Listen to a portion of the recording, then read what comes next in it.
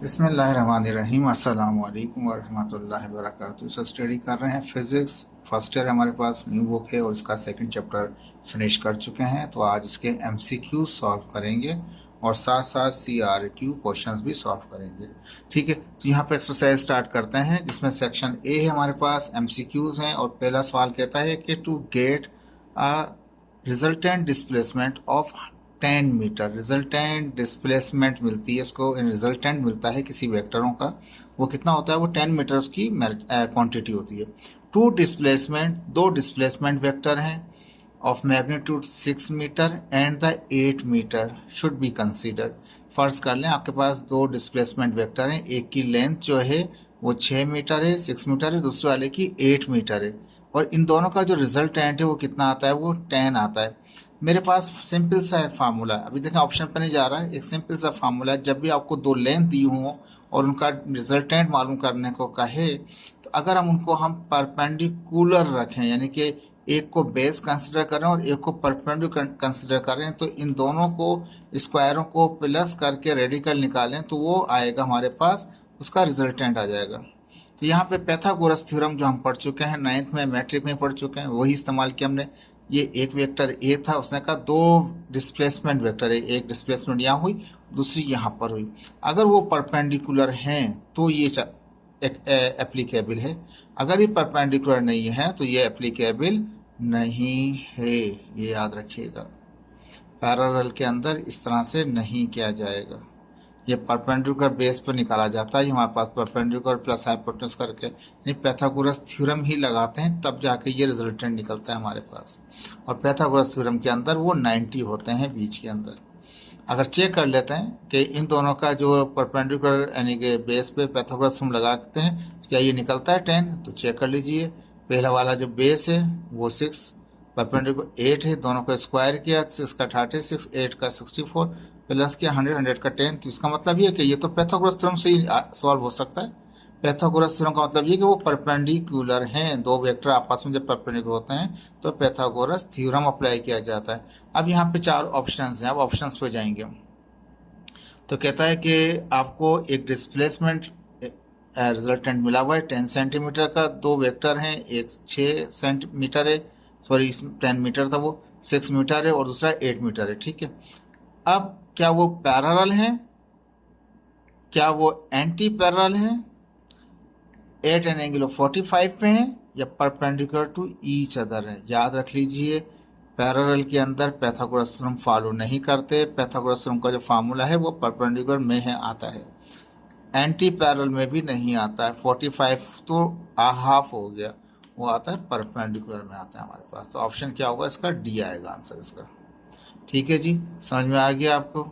ये मैंने इस तरह से किया है, अब आप उसको सॉल्व नहीं करना पड़ेगा, आप सिंपल देख सकते हैं दो लेंथ है, उनको स्क्वायर करें रफली जल्दी से और ऐड कर लीजिए, स्क्वायर करके उनको रेडिकल निकालिए, क्या ये रिजल्टेंट आता है तो वो परपेंडिकुलर कराएगा। ये समझाने के लिए बताया मैंने तो आपको सिर्फ, लेकिन सब चीज़ें आप प्रैक्टिस करके जल्द से जल्द सॉल्व करेंगे इसको। ये इसी तरह के सवाल आते हैं आपके, क्या कहते हैं, एंटी टेस्ट वगैरह में भी।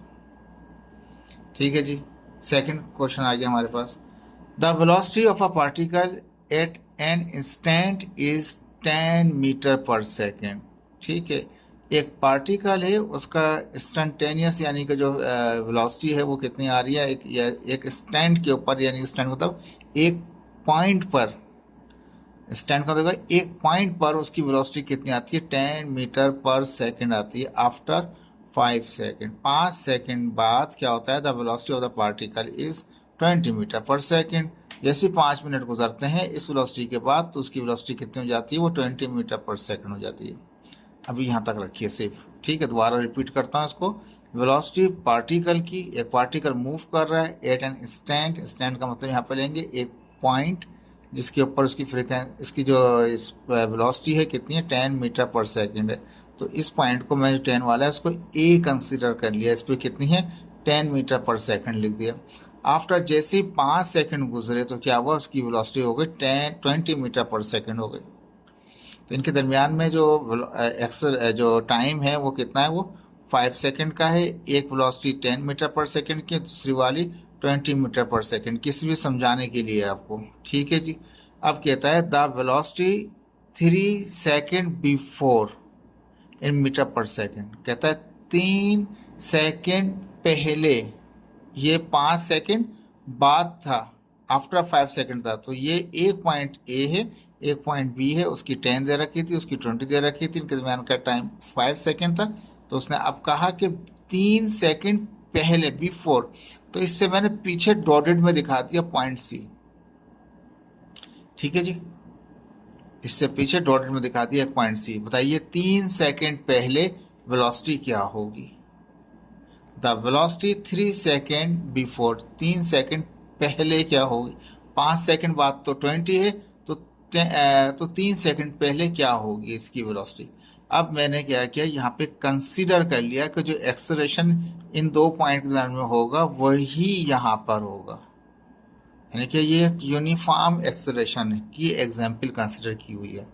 तो क्योंकि जो डेटा दे रखा है इसके, और टाइम भी दे रखा है, इसका टाइम वहाँ पर भी दे रखा है आपको, तो इसके ए और बी के दरमियान में जो भी यहाँ पर डिस्प्लेसमेंट हुई है उसका हम एक्सेलरेशन निकाल लेंगे, वही एक्सेलरेशन वहाँ यूज़ करके ये वाली सी की वेलोसिटी मालूम कर लेंगे। सी पॉइंट पर 3 सेकंड पहले वेलोसिटी क्या थी? सिंपल सी बात है, हम ये बोलें कि जी हम एक सफ़र कर रहे हैं, अभी हम यहाँ पहुँच गए, हमारी स्पीड ये है, 3 सेकंड पीछे क्या थी अभी नहीं पता हमारे को, लेकिन 5 सेकंड बाद हमारी इतनी हो जाएगी या इतनी हो गई हमारी। अब मैंने इसको दो तरीके से सॉल्व किया है, एक आफ्टर और एक बिफोर। एक डेटा बनाऊंगा मैं आफ्टर का और एक डेटा बनाऊंगा मैं बिफोर का। तो आफ्टर का डेटा बनाऊंगा तो ए उसका इनिशियल है, बी उसका फाइनल है, और जब बिफोर का डेटा बनाऊंगा तो सी उसका इनिशियल होगा, ए उसका क्या होगा, फाइनल होगा, क्योंकि वहां से चलता हुआ है ना, सी से चलता हुआ है, सी वाला पहले इनिशियल है तो इसका फाइनल है, फिर ए और बी में चेक करूंगा तो ए इनिशियल बन जाएगा, वो फाइनल बन जाएगा। ठीक है, क्लियर है यहाँ तक? सही है। अब मैं आफ्टर के ऊपर बनाऊंगा पहले डेटा, तो motion from A to B, motion कहाँ से हो रहा है? ए से बी की तरफ हो रहा है। आफ्टर केस में जो ए वाला है वेलोसिटी वो यू, मैंने बताया था, डेरिवेशन कही थी आपको, जो इनिशियल वेलोसिटी को यू कहेंगे हम, वो कितनी है? 10 मीटर पर सेकंड, 10 मीटर कर। जो फाइनल वेलोसिटी हमारे पास कितनी है? वो वी होगी हमारे पास, वो कितनी है? 20 दे रखी है हमारे पास। टाइम इसका कितना दे रखा है? 5 सेकंड दे रखा है। ए मालूम करना चाह रहा हूँ मैं इससे, और यहाँ मैं लिख दिया एज्यूम कर रहा हूँ कि ए कांस्टेंट है, जो ए यहाँ पर है वही यहाँ पर, यानी कि मैं ये कंसीडर कर रहा हूँ कि ये पूरा मोशन जो है सी से बी तक का, ये एक यूनिफॉर्म एक्सेलरेशन वाला एक मोशन है। ठीक है जी। अब ये तो हो गया ए से बी तक का, यानी कि आफ्टर वाला केस, यानी आफ्टर 5 सेकंड वाला। तो एक केस पीछे वाला भी बनेगा हमारे पास, सी से ए वाला, तो मैंने मोशन फ्रॉम सी टू ए, सी से ए तक आते हुए, बिफोर केस, एक आफ्टर केस है एक बिफोर केस है। अब ये सी जो है वो उसकी इनिशियल वेलोसिटी होगी, वो मालूम करनी है आपको, 3 सेकंड पहले क्या होगी, तो वो सी पॉइंट है, सी पॉइंट की वेलोसिटी वो इनिशियल है, तो वो वी यू होगी हमारे पास। ए खुद वी बन जाएगा, ए और सी और ए के अंदर सी इनिशियल है, ए उसका फाइनल है। ए और बी में क्या होगा? ए उसका इनिशियल है और बी उसका फाइनल है। सिंपल सी चीज़ है। टाइम यहाँ पे कितना है? वो 3 सेकंड है। ठीक है, तो अब क्या करूँगा, इस वाले पहले आफ्टर वाले केस से ए निकाल लूँगा, उसको यहाँ यूज़ करूँगा, और मैं यहाँ पे वी निकाल दूंगा। ये कोई मुश्किल केस नहीं है, एक आसान सा सिंपलीफाइड प्रॉब्लम है हमारे पास।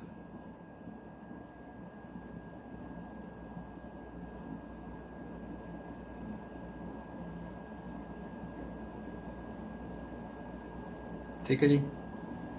अब यहाँ लिखा मैंने according to condition from A to B, हम कहाँ से जा रहे हैं? ए से बी की तरफ जा रहे हैं हमारे पास।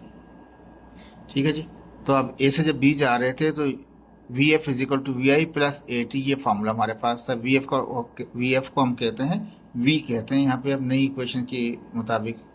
ठीक है, तो ये हमारे पास वी कितना था? 20 था, 20 लिख दिया। यू कितना था? उसका 10 था, 10 लिख दिया। ए मालूम करना है, ए 5 था हमारे पास, तो 10 यहाँ प्लस का था, वहाँ जाके माइनस का हो जाएगा। 5 और ए मल्टीप्लाई करेंगे 5 हो जाएगा। 10 जो वहाँ पे गया था माइनस हो गया था, तो 20 में से 10 माइनस किया तो 5 10 में से 20 में से 10 माइनस होगा तो 10 बचेगा। ठीक है, तो यहाँ 5 मल्टीप्लाई 5 में जाकर डिवाइड कर देगा, तो 10 को डिवाइड करेंगे 5 से तो क्या आ जाएगा? 2 आ जाएगा। यानी कहने का मकसद ये कि इस फार्मूले की मदद से आप क्या निकाल लेंगे? ए निकाल लेंगे आप। सिंपल सी डेरिवेशन है। अब जो ए आएगा वो ए यहाँ पुट करेंगे तो आप निकाल सकते हैं टी।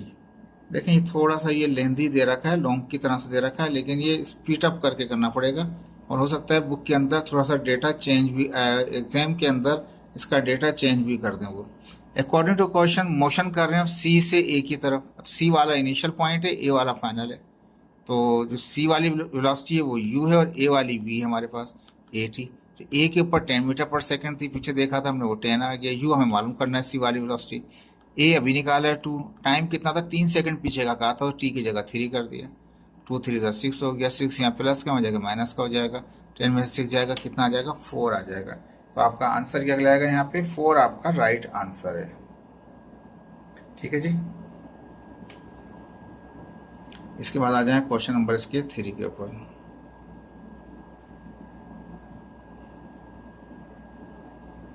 क्या यहाँ पे देखिए कहता है a ball is throne upward, एक बॉल को हम अपवर्ड इसको थ्रो करते हैं 10 मीटर पर सेकंड से, तो वो अप जा रहा है और कितनी स्पीड है उसकी वो 10 है। तो इनिशियल वेलोसिटी को u कहते हैं और 10 मीटर, सॉरी 10 कह रहा हूँ 100 लिखा हुआ है, तो इनिशियल वेलोसिटी को u कहते हैं और वो कितना 100 है, तो 100 मीटर पर सेकंड है। तो कहता है it will reach ground after, यानी कि वो जा तो ऊपर रहा था, ठीक है, वो कह रहा है it will reach the ground, यानी कि कितनी देर में ग्राउंड पे गिरेगा वो।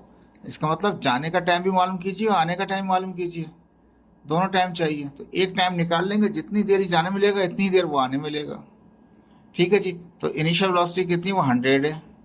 जी जो होता है वो अब जाते वक्त माइनस का होता है 10, 9.8 होता है, लेकिन हम लोग 10 ही कंसिडर कर रहे हैं यहाँ पे। ठीक है, जब ऊपर पहुंच जाएगा तो फाइनल वेलोसिटी क्या हो जाएगी, v कितना हो जाएगा वो 0 हो जाएगा। t हम मालूम करना चाह रहे हैं t1, तो v is equal to u plus g t, यानी v f is equal to we I plus A t होता था। तो यहाँ पे वी एफ की जगह पे v पढ़ते हैं हम और वी आई के लिए हम u इस्तेमाल करते हैं जी टी।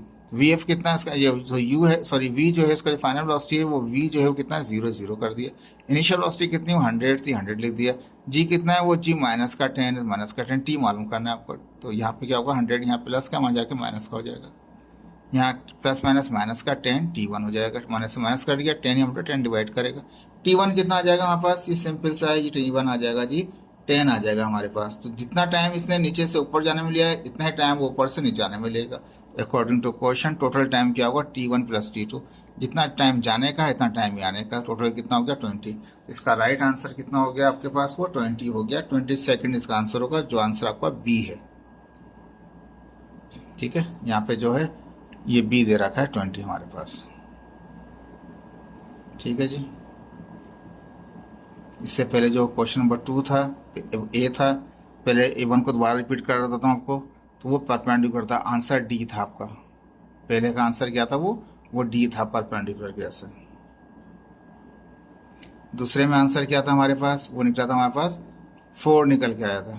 ठीक है, ए इज इक्वल टू 2 निकला, बाद में हमने निकाला u निकाला तो u कितना आया 4 आ गया, तो 4 आंसर क्या था हमारा वो b था,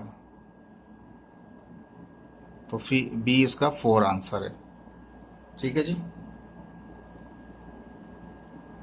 और इसके बाद हमारे पास तीसरा जो हमने अभी किया उसका 20 आ रहा है हमारे पास, तो b इसका एक आंसर है। वहाँ पे भी आंसर देख सकते हैं, यहाँ पर लिख भी दिया आगे, इस तरह से मार्क भी कर दिया। ठीक है जी। अब क्वेश्चन नंबर 4 में आते हैं। कहता है 2 प्रोजेक्टाइल हैं are fired from the same point, एक ही पॉइंट है उससे फायर कर रहे हैं हम 2 प्रोजेक्टाइल को, 2 ऑब्जेक्ट को फायर कर रहे हैं सेम पॉइंट, एक ही जगह से, विद द सेम एंगल, एक ही एंगल के साथ हम sorry with the same speed, speed उनकी सेम है, at the angle of projection, एक की 60 है दूसरे की 30 है रिस्पेक्टिवली। कहता है 2 हमारे पास प्रोजेक्टाइल मोशन कर रहे हैं हम 2 ऑब्जेक्टों का, उनकी स्पीड तो सेम है लेकिन एक की जो लॉन्चिंग एंगल है एक का 60 है और एक का 30 है। कहता है which one of the following is true, इन चारों में से कौन सी चीज़ सही होगी। पहली चीज़ कहता है the range will be the same, क्या इन दोनों की रेंज सेम आएगी, चेक कर लेंगे।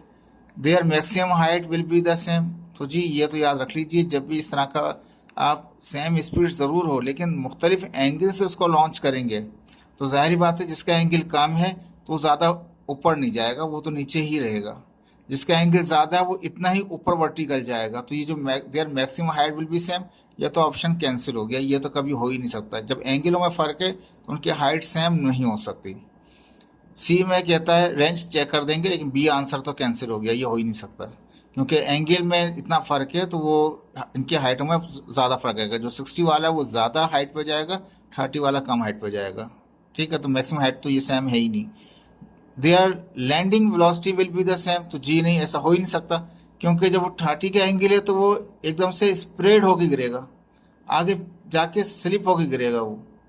ठीक है, तो उसका जो एंगल होगा इट इज़ डिफरेंट, एंड जो ज़्यादा अप चला गया उसका एंगल जो है, सॉरी, उसकी जो वेलोसिटी है, उसकी वेलोसिटी क्या होगी, वो भी डिफरेंट होगी। यानी कि जो स्प्रेड होके जा रहा है तो वो वेलोसिटी कुछ और होगी, उसका टाइम कुछ और होगा और इसका टाइम कुछ और होगा। Their total flight time will be the same, time तो सेम है ही नहीं भाई साहब।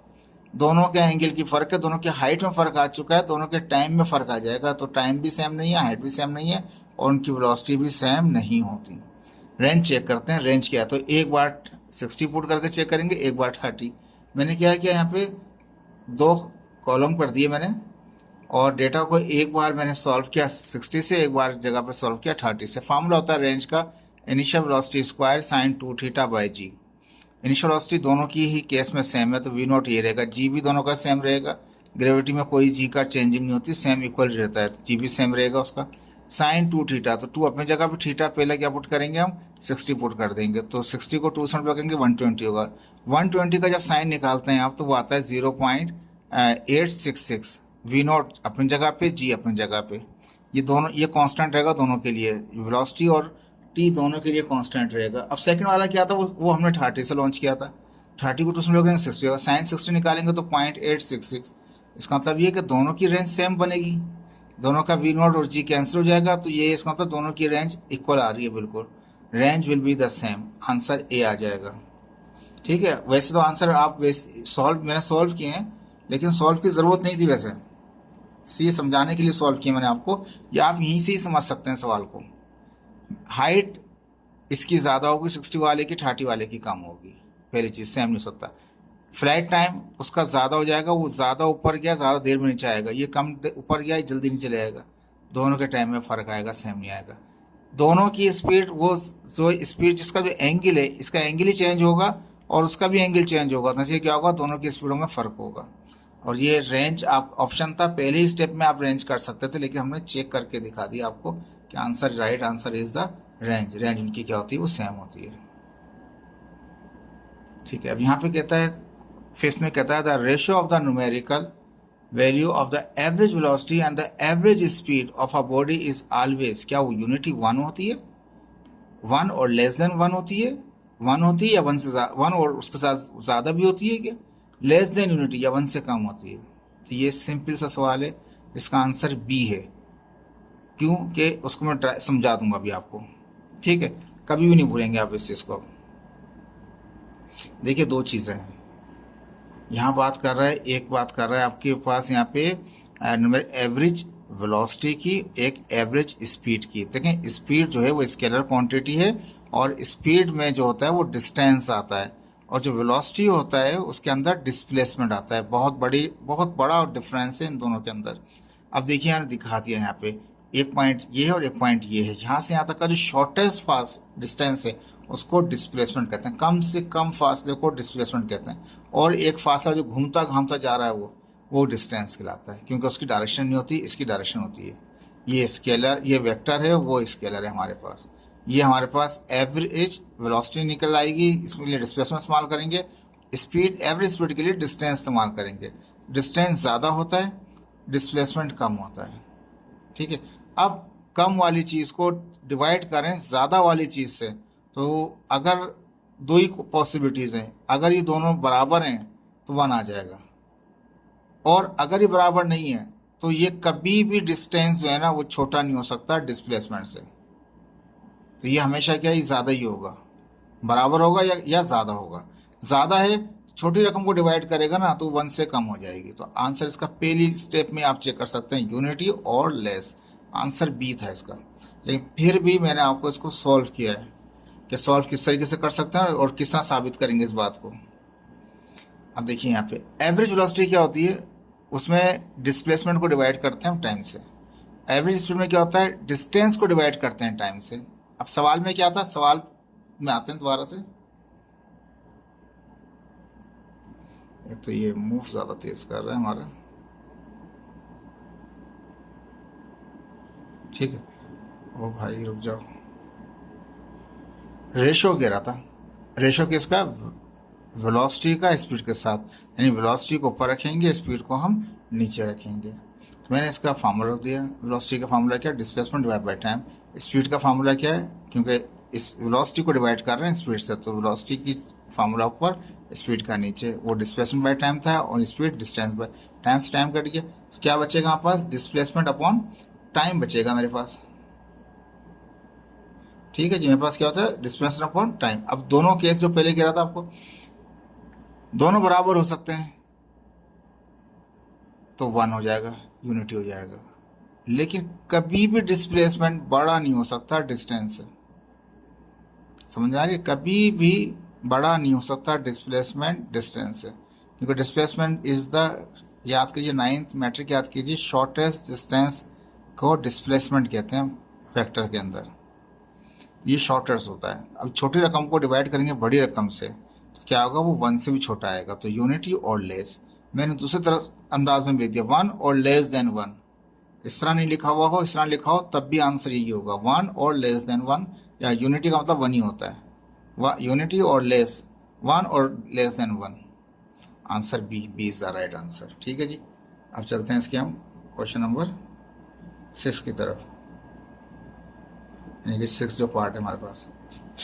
कहता है if the average velocity of a body become equal to the instantaneous velocity of the body is said to be moving with, किस तरह मूव करेगी, ऐसा कौन सा मोशन है जिसके अंदर, या ऐसी कौन सी वेलोसिटी है जिसके अंदर एवरेज वेलोसिटी बराबर हो जाए इंस्टेंटेनियस के। ये हमने पहले भी पढ़ाया था, यहाँ पे लिख दिया, वो कहलाती है यूनिफॉर्म वेलोसिटी। यूनिफॉर्म वेलोसिटी में क्या होता है, एवरेज वेलोसिटी बराबर हो जाती है इंस्टेंटेनियस वेलोसिटी के। तो आंसर क्या हो गया, बी हो गया। ये पक्का पक्का याद कर लें। ये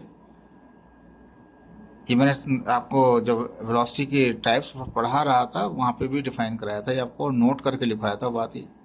तो याद रख लीजिए कि इंस्टेंटेनियस वेलोसिटी बराबर हो जाए एवरेज वेलोसिटी के, इक्वल हो जाए मैग्नीट्यूड के अंदर, तो इसका मतलब ये है वो यूनिफॉर्म वेलोसिटी है, तो वो यूनिफॉर्म वेलोसिटी है, यूनिफॉर्म मोशन है।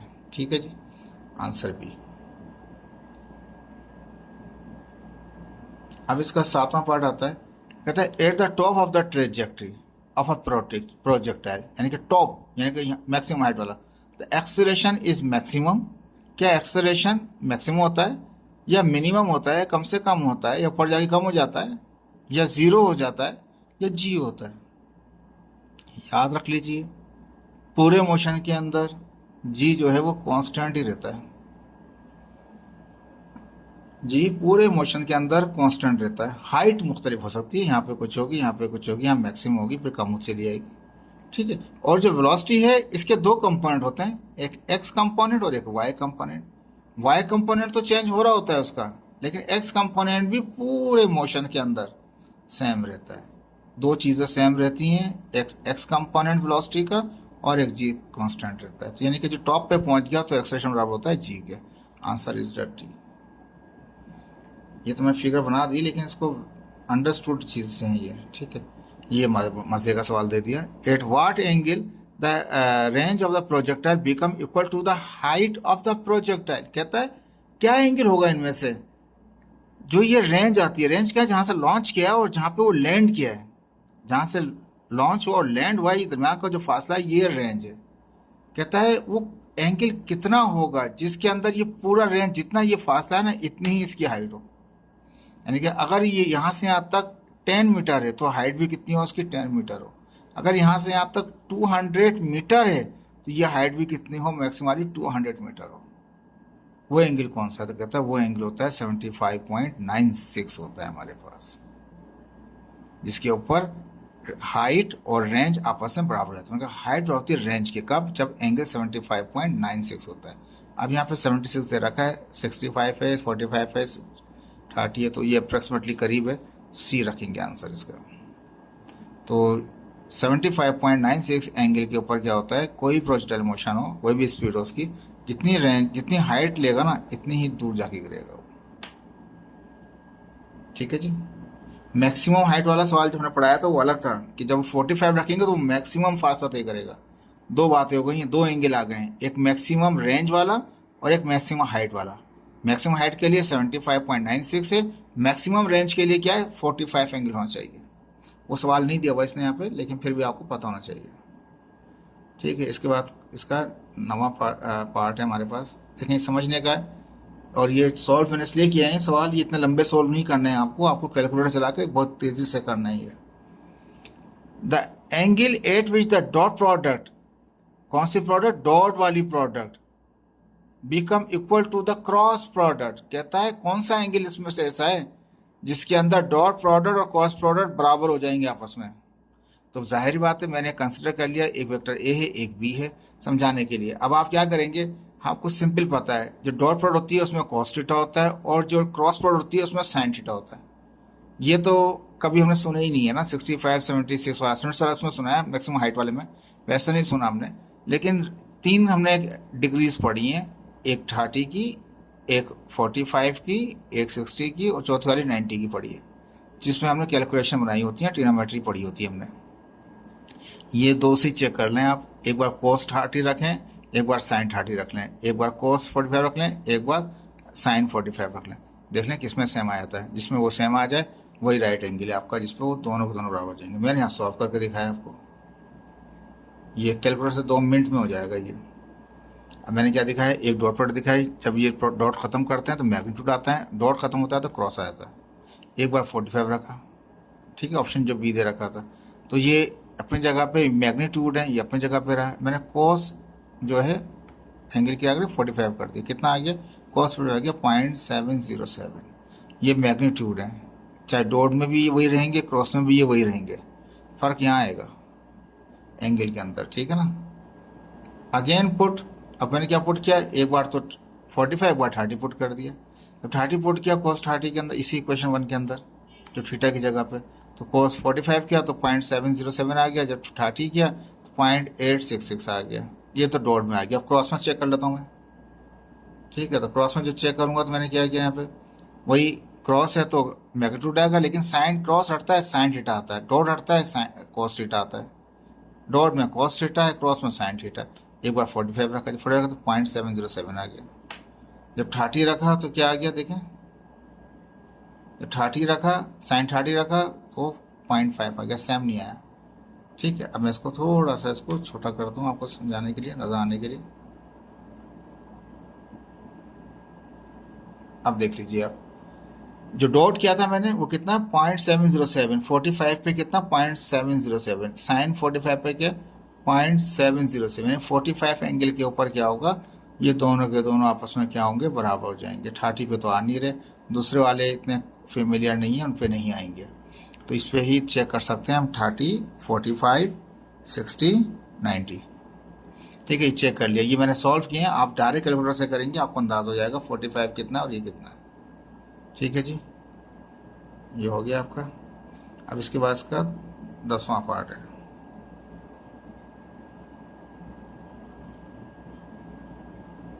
ठीक है। कहता है if the dot product of two non zero vanish, two non zero vector vanish, खत्म हो गए। कहता है अगर डॉट प्रोडक्ट जो हो किसकी, दो नॉन जीरो की, दो कह रहा है टू नॉन जीरो है। नॉन जीरो का मतलब वो वेक्टरों की कुछ वैल्यू है, जीरो नहीं है। कोई डॉट प्रोडक्ट करनी है दो वेक्टरों की, दोनों में से ए और बी, दोनों में से कोई सा एक भी जीरो नहीं है। ए और बी जो है दोनों में से कोई एक भी जीरो नहीं है, कुछ है वैल्यू, ठीक है। जीरो हो जाएगा सबको जीरो कर देगा ना, तो गड़बड़ तो ये है। तो कहता है कि डॉट प्रोडक्ट करनी है हमें टू नॉन जीरो वेक्टरों की, दोनों वेक्टरों में से कोई भी एक जीरो नहीं है, यानी ये भी कुछ है और ये भी कुछ वैल्यू वाला है। जब डॉट वेक्टर करते हैं तो वैनिश हो जाता है, तो वेक्टर विल भी क्या होंगे, वो इन द सेम डायरेक्शन, क्या वो सेम डायरेक्शन में है जो उनका रिजल्टेंट जीरो हो गया, या वो अपोजिट डायरेक्शन में है जो उनका रिजल्टेंट क्या हो गया, जीरो हो गया। क्या वो परपेंडिकुलर हैं जो उनका रिजल्टेंट जीरो हो गया, या वो जीरो हैं। ये तो ऑप्शन ही गलत दे रखा है, इसको कुछ वैल्यू कर देता तो कुछ इज्जत रह जाती उसकी। तो दो नॉन जीरो कह रहा था तो यहाँ पे जीरो देने की क्या जरूरत थी भाई, वो तो कह रहा है दो नॉन जीरो हैं, तो जीरो तो एक भी नहीं है, गैर जीरो हैं, तो ये तो ऑप्शन ही गलत है। ठीक है, 3 ऑप्शन बचे हैं आपके पास। अब आप याद रख लीजिए, जब बात कर रहे हैं किसकी, डॉट प्रोडक्ट की, तो डॉट प्रोडक्ट के अंदर क्या होता है, अगर प्रोडक्ट मैक्सिमम कब होती है, जब वो पैरेलल हो। पैरेलल का मतलब जो सेम डायरेक्शन में हो, सेम डायरेक्शन में होंगे तो मैक्सिमम रिजल्ट आएगा, जीरो नहीं आएगा। यानी कि ये ऑप्शन तो खत्म हो गया। ये opposite direction to each other, opposite direction होता है, एंटी पैरेलल कहलाता है ये। और याद रख लीजिए, एंटी पैरेलल में क्या होता है, माइनस में हो जाता है। जो ये आंसर आता है ना, उसका ये माइनस हो जाता है बस। यानी कि रिजल्ट जीरो नहीं होता, ना इसमें ना जीरो इसमें होता है। बचा आखिरी ये परपेंडिकुलर, यही होता है। लेकिन फिर भी दिखा देता हूँ आपको। देखें, एक वेक्टर ए है और एक वेक्टर बी हमारे पास, इनकी कर रहे हैं हम डॉट प्रोडक्ट। जब डॉट करेंगे, किसी भी 2 वेक्टरों की डॉट करें और इस तरह से करें कि वो वैनिश हो जाएं, तो वैनिश होने की एक ही सूरत है, जब उनके दरमियान में एंगल 90 हो।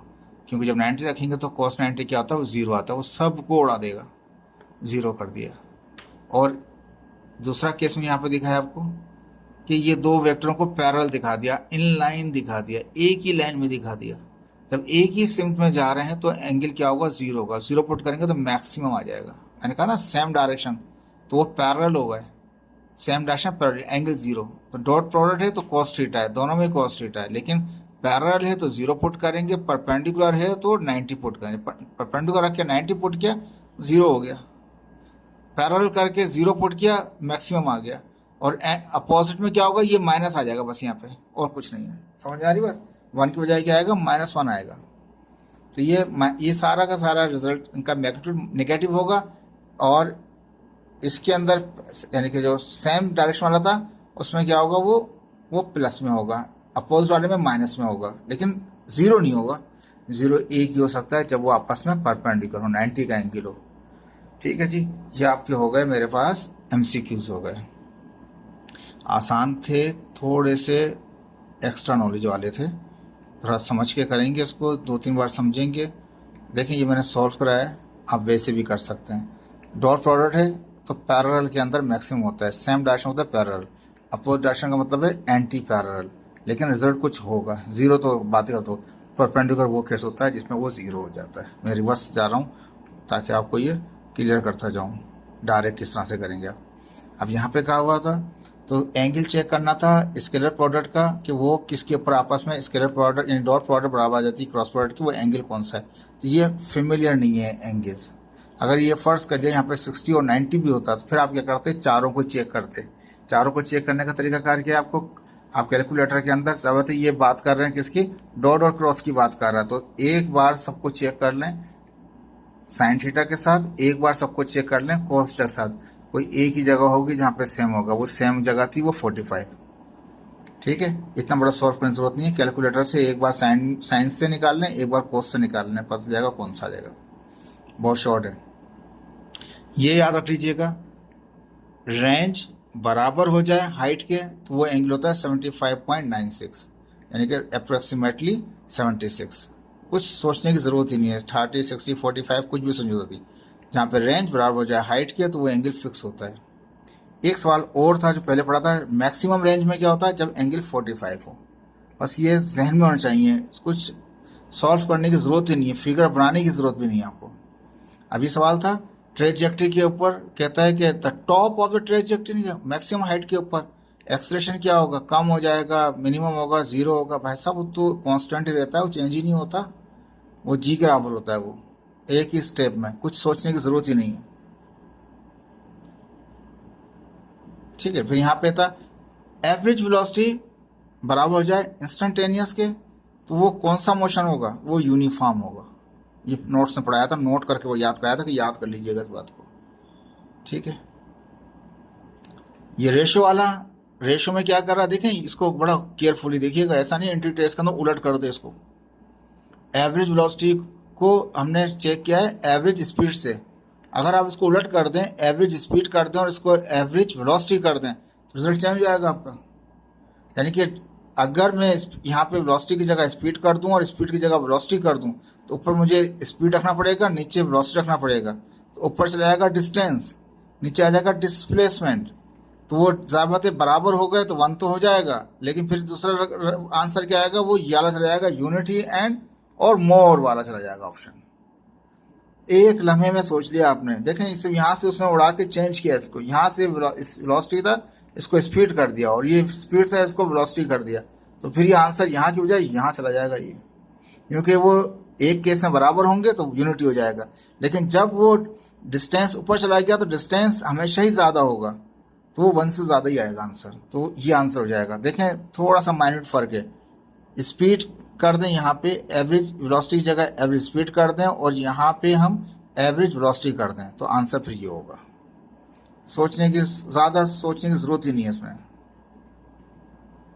ठीक है जी। इसके बाद ये वाला था, कहता है कि फायर किए थे उसने दो मुख्तलिफ एंगल थे हमारे पास, तो याद रख लीजिए जब एंगल मुख्तलिफ हैं तो एक का एंगल कम है तो वो जल्दी डिक्लाइन हो जाएगा, एक का एंगल ज़्यादा तो ज़्यादा हेड पे जाएगा, तो बी ऑप्शन जो है हाइट सेम नहीं हो सकती।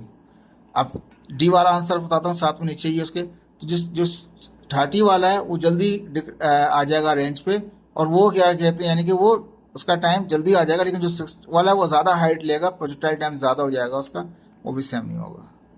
और लैंडिंग वेलोसिटी जो है उनकी दोनों की मुख्तलिफ होंगी, उनका एंगल ही मुख्तलिफ हो जाएगा। एक ही चीज़ बची है, कौन सा? रेंज। दोनों की रेंज क्या होती है? वो सेम रहती है। ठीक है जी, यहाँ चेक भी किया हुआ है हमने। ये थोड़ा सॉल्व वाला था आपका, कि जितना भी अप टाइम निकाल लें आप, उसको मल्टीप्लाई बाय 2 कर दें या डबल कर दें तो आपका वो आ जाएगा। 100 से जा रहा था तो ऊपर 0 है, और वो खुद क्या होगा? 10 होगा। सिंपल सा, यहाँ पे जैसे 10 आया आपका फ़ौरन 20 कर दें आंसर उसका, क्योंकि डबल हो जाएगा।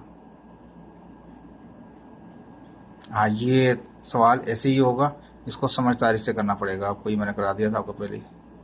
ये आसान था आपका, कि जब भी 2 वेक्टर हैं उनका रिजल्टेंट जो है वो 10 आ रहा है आपके पास, आप चेक करके देख लीजिए कि वो अगर पैरेलल होते हैं तो अलग होता है हमारे पास, लेकिन हमारे पास परपेंडिकुलर ईच अदर के अंदर पैथागोरस हम लगाते हैं, परपेंडिकुलर केस में लगाते हैं सब परपेंडिकुलर।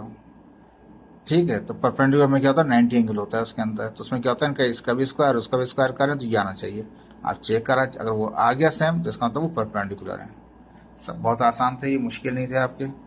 अब हम चलेंगे अपने CRQ क्वेश्चन की तरफ। लेक्चर लंबा है आपका ये। ठीक है जी, कहता है CRQ है, is the average range of the horizontal distance in the projectile motion, और do they have distinct meaning? Explain कीजिए। कहता है is the range equivalent to horizontal in a projectile, तो क्या रेंज बराबर हो जाती है हॉरिजॉन्टल डिस्टेंस के? तो भाई ये उसी की बराबर होती है। Yes, range is equivalent to the horizontal distance. वो पूछा था क्या रेंज बराबर होती है किसके?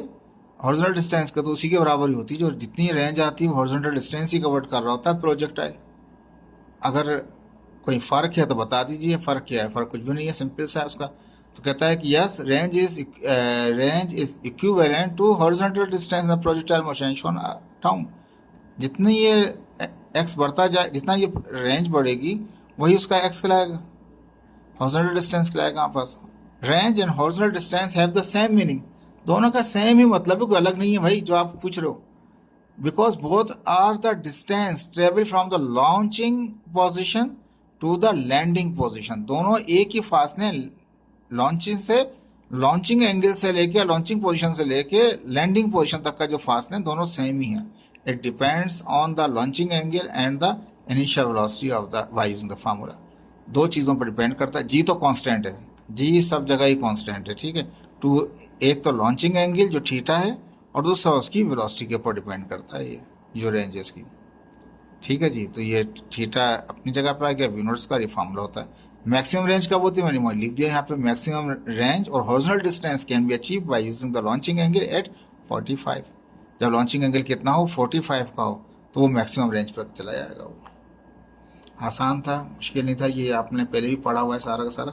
और ये एक ऐसी चीज़ पूछा था जो हम पहले नोट्स में पढ़ चुके हैं, मैंने फिर भी इसका जवाब यहाँ लिख दिया। सेकंड क्वेश्चन बहुत इंपॉर्टेंट है, और ये आपके कोर्स में नहीं था, ये अलग से दिया है टीचरों के लिए कि टीचर आपको पढ़ें और समझाएं।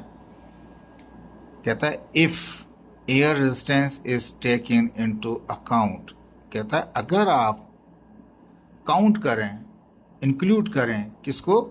एयर रेजिस्टेंस को in case of projectile motion, जब आप प्रोजेक्टाइल मोशन कर रहे हैं और उसमें क्या एयर रेजिस्टेंस है, then what parameter of the projectile are influence, कहता है कौन कौन से पैरामीटरों के ऊपर उसका असर पड़ेगा, इन्फ्लुएंस होंगे, कौन कौन से पैरामीटर होंगे उसके अगर एयर रेजिस्टेंस है। हमने नोट्स में पढ़ा था कि जो एयर रेजिस्टेंस को हम निगलेक्ट करते थे, लेकिन अब ये कह रहा है कि एयर रेजिस्टेंस को काउंट करें, बताएं क्या फ़र्क पड़ेगा। देखिए इसका एक सिंपल सी एग्जांपल यहाँ दिखा रखी है। ये ग्रेविटी है, एफ जी की फोर्स है, नीचे की लग रही है, ये प्रोजेक्टाइल मूव कर रहा था, ठीक है। अगर ये प्रोजेक्टाइल मोशन ऐसे आ रहा था तो उसको एक अपोजिट फोर्स लग रही थी, अगर ये ऐसे नीचे की तरफ आ रहा था तो यहाँ से एक फोर्स लग रही थी, एयर फोर्स थी, एफ एयर लिखा हुआ है, बिल्कुल अपोजिट है। ये वी जो है ये प्रोजेक्टाइल की है और ये एयर रेजिस्टेंस की फोर्स है, दोनों एंटी पैरेलल हैं। तो ये क्या करता है, इसको रोकना शुरू कर देता है। एयर रेजिस्टेंस क्या करती है, उसको रोकने की कोशिश करती है, रोकते रोकते क्या करती है, इसकी वेलोसिटी को ही वो जीरो कर देती है। नतीजा क्या होता है, फिर वो उसका एक्सेलरेशन होता है लेकिन वेलोसिटी खत्म हो चुकी होती है उसकी, और वहीं पे वो डिक्लाइन करके एकदम से फॉल डाउन हो जाता है। ठीक है, इसको आप पढ़ते हैं किस तरीके से। कहता है in the presence of air resistance, जब एयर रेजिस्टेंस को आप प्रेजेंस कहें कि उसकी प्रेजेंस है या मौजूदगी है, तो एयर रेजिस्टेंस फोर्स ऑलवेज, जब एयर रेजिस्टेंस है तो एयर रेजिस्टेंस फोर्स क्या करती है, जो उसकी जो फोर्स होती है रेजिस्टेंस की, ऑलवेज अगेंस्ट होती है द प्रोजेक्टाइल मोशन, जो उसकी वेलोसिटी आ रही है, जो वी नोट जिस वेलोसिटी से वो आ रहा है उसके बिल्कुल अगेंस्ट होती है, वो बिल्कुल अपोज होती है in respect of magnitude and the direction. Magnitude में भी और डायरेक्शन में भी, दोनों ही हिसाब से वो उसके बिल्कुल अगेंस्ट होती है। ड्यू टू विच जितनी ज़्यादा वेलोसिटी होगी इतनी ही ज़्यादा एयर रेजिस्टेंस फोर्स होगी। जिस डायरेक्शन में ये आ रहा होगा उसी के अपोजिट डायरेक्शन में ये फोर्स इसको रोकने की कोशिश कर रही होगी। ये लेफ्ट से आ रहा होगा, वो राइट से इसको रोकने की कोशिश करेगी। सेम मैग्नीट्यूड होगा, जितनी ज़्यादा फोर्स होगी इतनी ज़्यादा ये होगी, जितनी कम ये फोर्स होगी इतनी कम एयर रेजिस्टेंस होगी। तो कहता है अगर हम प्रेजेंस का मान लें कि प्रेजेंस है, एयर रेजिस्टेंस मौजूदगी है, अब एयर रेजिस्टेंस फोर्स, जो एयर रेजिस्टेंस की जो फोर्स है वो बिल्कुल अगेंस्ट हो जाती है किसके, जो प्रोजेक्टाइल मोशन की स्पीड है उसके मैग्नीट्यूड और उसकी डायरेक्शन के बिल्कुल ही अगेंस्ट हो जाती है, अगेंस्ट होती है प्रोजेक्टाइल मोशन के मैग्नीट्यूड वाइज और डायरेक्शन वाइज। ड्यू टू विच, जिसकी वजह से क्या होता है, इट रिड्यूस द स्पीड, ये उसकी स्पीड को वी को यानी कि वी नोट जो है उसको कम करना शुरू कर देती है। ठीक है, मैक्सिमम हाइट भी उसकी कम करनी शुरू कर देती है। आल्सो रिड्यूस द रेंज जो आगे जाना होता था वो भी पहले ही गिरा देती है उसको, पहले ही डिक्लाइन हो जाता है, वो पीछे पहले ही फॉल डाउन हो जाता है। उसकी हाइट भी कम कर देती है, उसकी रेंज भी कम कर देती है, उसकी स्पीड को भी कम कर देती है air resistance. But increase the strike angle at the ground, ground पे जो एंगल है वो बढ़ा देती है उसका। As a result projectile motion is not the same as parabola, लेकिन अब जो बनता है ट्रेजेक्टरी बनता है वो पैराबोला की तरह नहीं होता। जो ट्रेजेक्टरी बनेगा वो पैराबोला शेप में नहीं होगा, वो सुकड़ जाएगा, उसका एंगल जो होगा वो जो स्ट्राइकिंग एंगल होगा वो बढ़ जाएगा उसका। अभी दिखाता हूँ उसका शेप आपको। तो कहता है air resistance force is directly proportional to the instantaneous speed of the projectile, projectile motion की जो इंस्टेंटेनियस स्पीड है उसके साथ डायरेक्टली प्रोपोर्शनल है। And its direction is opposite to the direction of the projectile motion, जो direction बिल्कुल opposite है लेकिन स्पीड के साथ वो डायरेक्टली प्रोपोर्शनल है फोर्स। जितनी स्पीड होगी प्रोजेक्टाइल की इतनी ही ज़्यादा उसकी एयर रेजिस्टेंस की फोर्स होगी। If the speed of the projectile is small then the effect of air resistance are not too much, अगर कम स्पीड से उसको लॉन्च किया गया है तो एयर रेजिस्टेंस भी कम ही इफेक्ट होगा।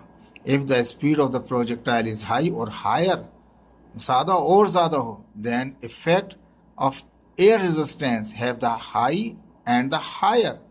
As a result, projectile object speed is going to slow and slower down. Speed क्या होगी, कम होगी और कम से भी कम होती चली जाएगी।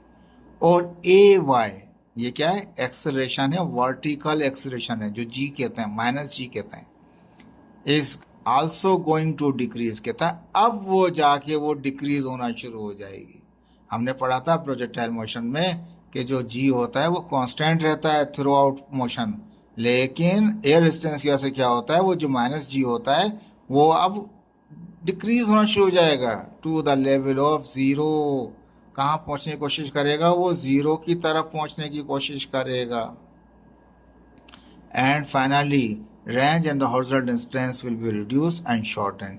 जो लेंथ होगी हॉरिजॉन्टल डिस्टेंस की वो भी क्या होगी, वो भी शॉर्टन हो जाएगी, वो भी कम हो जाएगी। देखिए यहाँ पे दिखाया, ये कैनन था, एक तोप थी हमारे पास, गोला फेंका वहाँ से हमने सीधा, आइडियली उसको यहाँ पहुँचना था, लेकिन जैसे ही वो ज़्यादा स्पीड से जा रहा था तो एयर रेजिस्टेंस ने उसको इंटरएक्ट किया। नतीजा क्या हुआ कि वो डिक्लाइन हो गया पहले से, और रेंज इसकी एक्चुअल पाथ अब उसका ये हो गया। आइडियली उसको ये होना था, लेकिन हकीकत में वो यहाँ जाके गिरा, तो रेंज यहाँ तक आनी थी, अब रेंज यहाँ हो गई इसकी। ये कहलाता है एयर रेजिस्टेंस का इफेक्ट किसके ऊपर, प्रोजेक्टाइल मोशन के ऊपर। तो उसके प्रोजेक्टाइल मोशन की डेफिनेशन को ही चेंज कर देता है वो, क्योंकि acceleration under gravity it will be constant in projectile motion and the shape of the trajectory is the parabola. पर यहाँ तो पैराबोला खत्म होता जाता है आहिस्ता आहिस्ता, जितनी ज़्यादा फोर्स होगी, जितनी ज़्यादा वेलोसिटी होगी इतनी ज़्यादा फोर्स होगी, एयर रेजिस्टेंस इतना ही इसका शेप खराब हो जाएगा पैराबोला का। ठीक है जी, ये था हमारे पास एयर रेजिस्टेंस। इसका तीसरा क्वेश्चन है हमारे पास CRQ क्वेश्चन का। कहता what are some real life example of projectile motion. कौन कौन सी ऐसी एग्जांपल हैं जिनको आप प्रोजेक्टाइल मोशन में काउंट करेंगे रियल लाइफ में। Can motion of an aeroplane be consider as projectile motion. क्या आप कह सकते हैं कि ये जो एरोप्लेन का मोशन होता है वो प्रोजेक्टाइल मोशन होता है। तो जनाब वो तो नहीं होता, पहले बता दूं आपको। बात तो उसका ट्रेजेक्ट्री होगा लेकिन वो नहीं होगा। क्यों नहीं होगा, उसका भी रीज़न देंगे साथ में। पहला पार्ट करते हैं जिसमें एग्जाम्पल बताइए। कहता है real life examples of projectile motion are as under. कौन कौन से एग्जाम्पल्स हैं, यहाँ पर 10 लिखी है मैंने। A ball kicked at an angle to the ground horizontal ground. कोई भी फुटबॉल मैच के अंदर कोई भी फुटबॉल को जो किक मारते हैं वो एक एग्जाम्पल होती है पैराबो इसकी प्रोजेक्टाइल मोशन की। ठीक है, प्रोजेक्ट हो रहा होता है फुटबॉल के अंदर, कहीं से कहीं बॉल जा रही होती है। A bullet fire from the gun, gun से जो गोली निकल रही है वो भी पैराबोला बनाती है। आप flight of a golf ball, जो गोल्फ बॉल में मारते हैं कहीं से कहीं ग्राउंड बॉल फेंकते हैं, वो भी प्रोजेक्टाइल मोशन की एग्जाम्पल है। Throwing a basketball in the basketball खेलते हुए जब बास्केट में बॉल फेंकते हैं वो भी पैराबोला की है, प्रोजेक्टाइल मोशन की एक एग्जाम्पल है। Water from the hose pipe, यानी कि जो पानी से पाइप के पानी से जो पानी आप फेंक रहे होते हैं, पौधों को दे रहे होते हैं, बाहर ज़मीन को ग्राउंड को दे रहे होते हैं, तो वो भी क्या है एग्जाम्पल बनाता है, पैराबोला इतना शेप बना रहा होता है, वो भी जाके इस तरह से गिर रहा होता है। Fire of a missile, missile की जो क्या कहते हैं एग्जाम्पल है, वो भी इसमें आएगी। लेकिन गाइडेड मिसाइल नहीं आएगा। ये सिंपल फायर, सिंपल आम सा मिसाइल है, आम सा गोला है, लेकिन गाइडेड नहीं आएगा इसमें, याद रख लीजिएगा।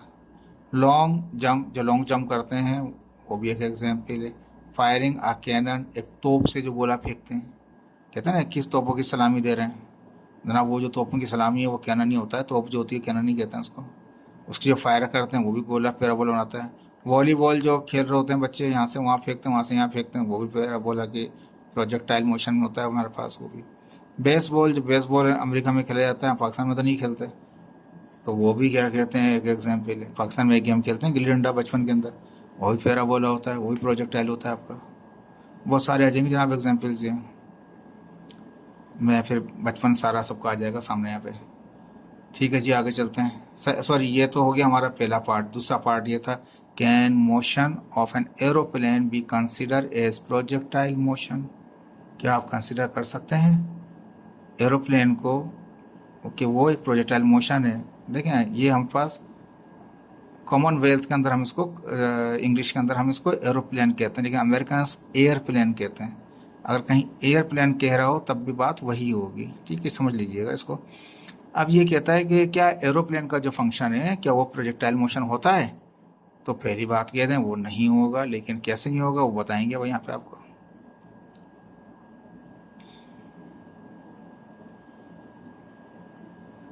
ठीक है, an aeroplane does not follow the projectile motion. कहता है कि एरोप्लेन जो है वो फॉलो नहीं करता प्रोजेक्टाइल मोशन को, because when an object is projected in the air जब किसी ऑब्जेक्ट को प्रोजेक्ट करते हैं एयर के अंदर, जैसे एरोप्लेन जा रहा होता है, तो अब यहाँ पे एरोप्लेन के लिए समझाने के लिए बता रहे हैं कि अगर एरोप्लेन की जगह कोई और ऑब्जेक्ट होता है जिसको हम प्रोजेक्ट कर रहे होते हैं, तो होता क्या है, तो जब आम सा जो प्रोजेक्टाइल मोशन होता है उसमें क्या होता है, उसमें जब किसी को हवा में किसी ऑब्जेक्ट को फेंकते हैं तो only one force that is gravity is working only in the vertical direction. से एक ही फोर्स लग रही होती है ग्रेविटी की उसके ऊपर, कोई और फोर्स नहीं लग रही होती एक नॉर्मल ऑब्जेक्ट में। लेकिन पहले तो बता दिया कि एरोप्लेन फॉलो नहीं करता प्रोजेक्टाइल मोशन को, क्योंकि जो आम ऑब्जेक्ट होते हैं उसमें सिर्फ एक ही फोर्स लगती है।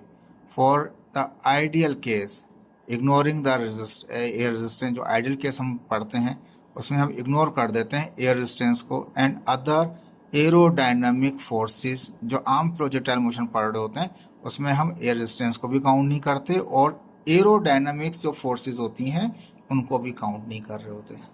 तो finally the trajectory is a parabola, तो फाइनली जो उसका जो शेप बनता है वो पैराबोला की तरह बन जाता है।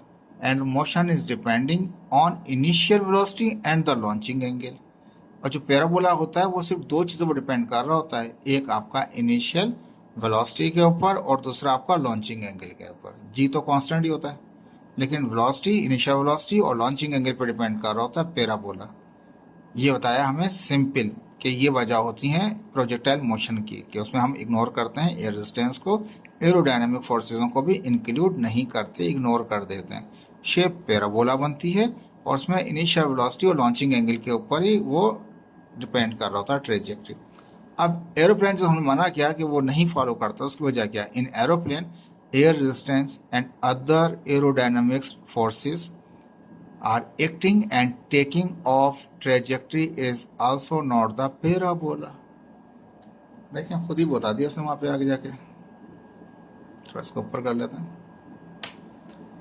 कहा जो एरोप्लेन होता है उसमें एयर रेजिस्टेंस इंक्लूड हो रही होती है और अदर एरोडायनामिक फोर्स से भी एक्ट कर रही होती हैं, और टेक ऑफ ट्रेजेक्ट्री जो है उड़ने का जो उसका क्या करते हैं रास्ता होता है, is also not the parabola, वो पैराबोला की तरह नहीं होता।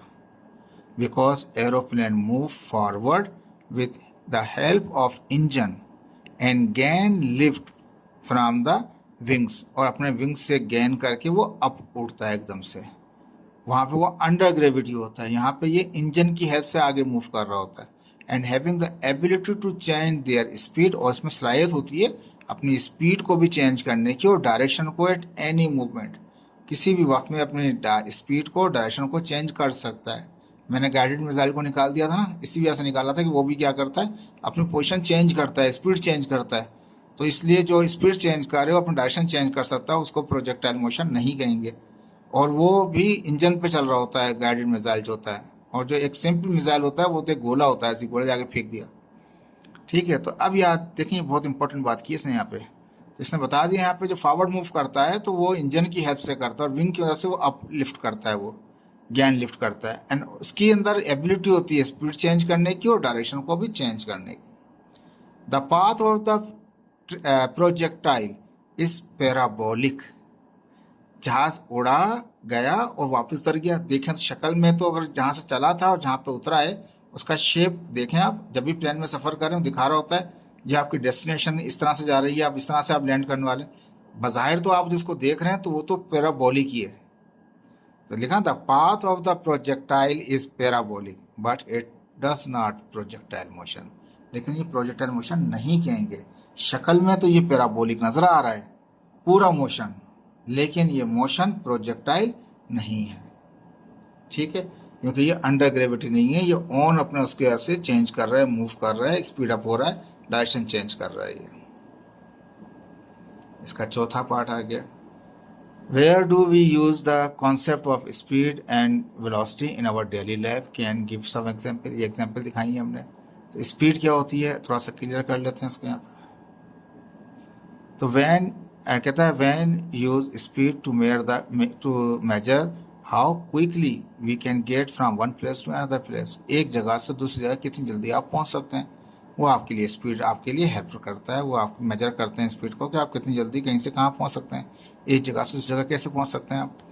तो अब एग्जाम्पल्स क्या है, लेकिन डायरेक्शन की बात नहीं कर रहा, देखें कोई डायरेक्शन की बात नहीं कर रहा। One place to another place, north east west के यहाँ कुछ नहीं पता भाई साहब, कुछ नहीं जानते।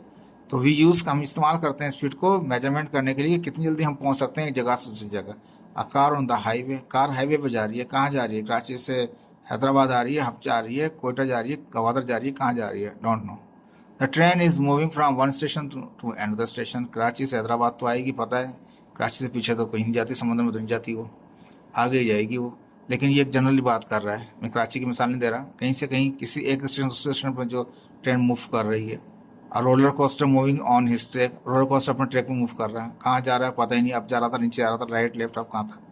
The swimmer swimming in the pool, जो पूल में स्विमिंग पूल का में जो मूव कर रहा है वो कहाँ नॉर्थ से ईस्ट था, ईस्ट से वेस्ट था, किस तरफ था, नहीं पता जी। कोई डायरेक्शन की बात नहीं है, लेकिन स्पीड की बात हो रही है।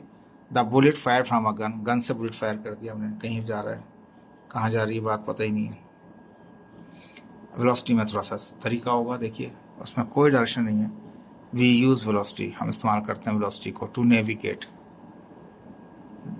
नेविगेट करने के लिए, लोकेशन को फाइंड आउट करने के लिए वेलोसिटी को इस्तेमाल करते हैं। We use velocity to navigate and travel in the particular और स्पेसिफिक डायरेक्शन, यानी कि वेलोसिटी को इस्तेमाल करके हम नक्शे के मुताबिक, मैप के मुताबिक या जीपीएस सिस्टम के मुताबिक हम ट्रेवल करते हैं एक जगह से दूसरी जगह, यानी पर्टिकुलर डायरेक्शन के अंदर मूवमेंट हो रही होती है, तो वो स्पीड जो होती है उसको हम वेलोसिटी कहते हैं। अर्थ रोटेशन अराउंड द सन, अर्थ घूम रही है किसके गिर्द? ज़मीन के, सर्कुलर मोशन हो रहा है हमारे पास एक, तो वो एक ऑर्बिट है, एक रास्ता है, अपना ट्रैक पे है वो।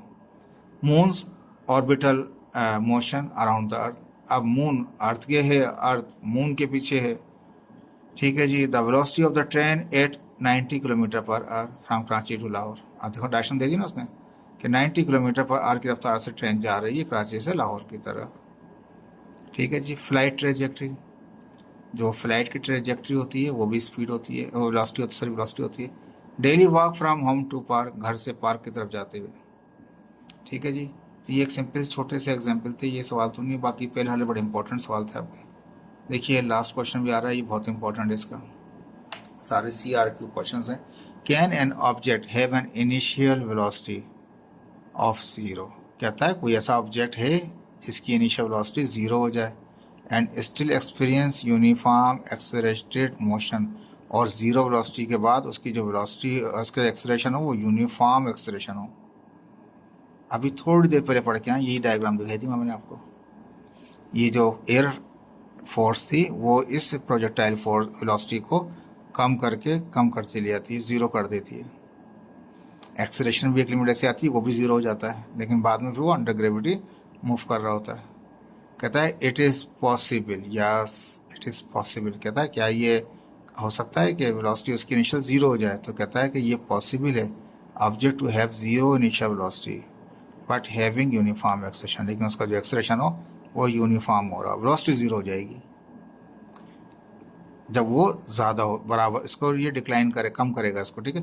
When an object goes in a particular direction, जब कोई ऑब्जेक्ट जा रहा होता है पर्टिकुलर डायरेक्शन में, यानी कि प्रोजेक्टाइल मोशन कर रहा होता है, and N opposite directional force is acting on this object, तो उस ऑब्जेक्ट पे क्या होता है कि एक अपोजिट डायरेक्शन से फोर्स लगती है। अभी ऐसे जा रहा है तो रेजिस्टेंस उसको ऐसे रोकेगी वहाँ से, तो वो एयर फोर्स होगी हमारे पास। ड्यू टू दिस फोर्स, इस फोर्स की वजह से क्या होगा, द वेलोसिटी ऑफ, जो ये एयर रेजिस्टेंस फोर्स है और ये प्रोजेक्टाइल की वेलोसिटी है, इसके बिल्कुल अपोजिट है। ये यहाँ आ रहा है, वो वहाँ जा रहा है, ये डाउन आ रहा है, वो अप जा रहा है, समझने के लिए दिखा रहा हूँ, चेंज कर सकते हैं, रोटेट भी कर सकते हैं इसको। ड्यू टू दिस फोर्स, इस एयर रेजिस्टेंस फोर्स की वजह से, the velocity of the object, यानी ऑब्जेक्ट वेलोसिटी जो v है, स्टार्ट टू डिक्रीज, वो कम होती जाती है हमारे पास, एंड कंटिन्यूसली टू डिक्रीज, और मुसलसल होती रहती है, अनटिल टू रीच द 0, जब तक वो 0 नहीं हो जाए, जब तक वो 0 की तरफ मूव कर रही होती है, और आखिर में 0 कर। But the object has non zero acceleration, जो ऑब्जेक्ट का जो एक्सेलरेशन है वो रुकता नहीं है, वो बोल तो चल ही रही है, लेकिन उसकी वेलोसिटी क्या होती है, वो आहिस्ता आहिस्ता आहिस्ता ये इसको इतना रेजिस्ट कर रहा होता है कि वो 0 के करीब आनी शुरू आती है, लेकिन वो एक्सेलरेट, नॉन जीरो एक्सेलरेटेड कहलाता है वो हमारे पास। फॉर एग्जाम्पल किस तरह से होता है ये सारा process, projectile motion of an object under the air resistance, ये तब होगा जब अंडर एयर रेजिस्टेंस के अंदर किसी प्रोजेक्टाइल मोशन करा रहे होंगे, when air resistance force acting on the object, object के ऊपर एक एयर रेजिस्टेंस फोर्स एक्ट कर रही होगी, the initial velocity will start to decrease, initially velocity जो है वो आहिस्ता आहिस्ता क्या होती है, कम होती आती है, continues to decrease, until 2 reach 0, उसी वही बात आ गई, reach to 0 कर दी। At this time object is driving under the gravity, इस वक्त जो ऑब्जेक्ट मूव कर रहा होता है वो सिर्फ ग्रेविटी की वजह से मूव कर रहा होता है। एंड स्टॉपिंग टू मूव, और मूव करना बंद कर देता है। Further now stop to fall down, उसके बाद वो आगे नहीं बढ़ता, फिर वो नीचे करके एकदम से डिक्लाइन कर जाता है, एकदम से वो नीचे गिर जाता है। ठीक है, ये आपके इम्पोर्टेंट थे, CRQ थे, इसके MCQs थे। इसको अच्छी तरह समझिएगा, दोस्तों को शेयर कीजिएगा, आपस में डिस्कस कीजिएगा। अगर कोई चीज़ हो तो कमेंट्स कीजिएगा, उसका इंशाल्लाह होपफुल उसका जवाब देंगे। इसके बाद आपके दूसरे क्वेश्चंस हैं, उसकी भी तैयारी करेंगे इंशाल्लाह, और कोशिश करेंगे कि आपको अच्छे से अच्छे अंदाज में समझाया जाए नोट्स की फॉर्म में, और कुछ चीज़ें आपको बेहतर तरीके से समझाई जाएँ। होपफुल, अगर समझ में आया तो लाजमी इसको लाइक एंड शेयर कीजिए। ओके जी, अल्लाह हाफिज़।